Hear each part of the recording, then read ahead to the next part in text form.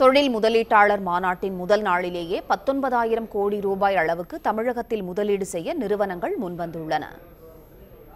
சென்னை நந்தம்பாக்கத்தில் நடைபெறும் உலக முதலீட்டாளர்கள் மாநாட்டில் பேசிய டிவிஎஸ் குழும தலைவர் Venu Srinivasan, make in India போல் மேக் இன் தமிழ்நாடு உருவாக்கி வருகிறது என்றார். எளிதில் அணுகக்கூடியவராகவும் சிறப்பாக செயல்படுபவராகவும் முதலமைச்சர் பழனிசாமி திகழ்வதாக அவர் கூறினார். Sir, to the Honorable Chief Minister for your able leadership to make this landmark event a resounding success.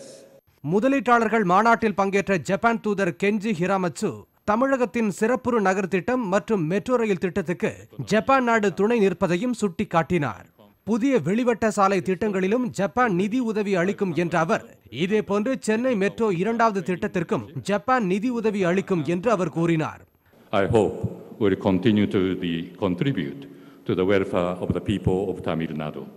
மாநாட்டில் பேசிய அதானி குழுமத்தின் பிரதிநிதி, தமிழகத்தில் அதானி குழுமம் 12,000 கோடி ரூபாயை முதலீடு செய்ய உள்ளது என்றார்.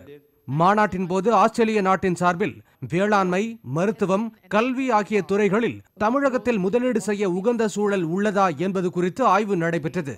அந்த 3 துறைகளிலும் முதலீடு செய்ய உள்ளதாக ஆஸ்திரேலிய பிரதிநிதிகள் கூறியுள்ளனர். உலக முதலீட்டாளர்கள் மாநாட்டில் பேசிய ஹுண்டாய் நிறுவனத்தின் துணைத் தலைவர் டத்தா, தமிழகத்தில் தங்களது நிறுவனத்தின் சார்பில் 7,000 கோடி ரூபாய் முதலீடு செய்ய உள்ளதாக கூறினார். மேலும் பேட்டரி கார் உற்பத்தி செய்வதற்கான புரிந்துணர்வு ஒப்பந்தம் வியாழக்கிழமை கையெழுத்தாக உள்ளதாக அவர் கூறினார். Electric vehicles, what we are going to introduce in India, இது ஃபர்ஸ்ட் டைம் தமிழ்நாட்டில் மேனுஃபேக்சர் பண்ண போதும். இன்வெஸ்ட்மெண்ட் 7,000 crore இன்வெஸ்ட் பண்ணியிருக்காரு. இப்போ 4th ஃபேஸில் இன்வெஸ்ட்மெண்ட் இது.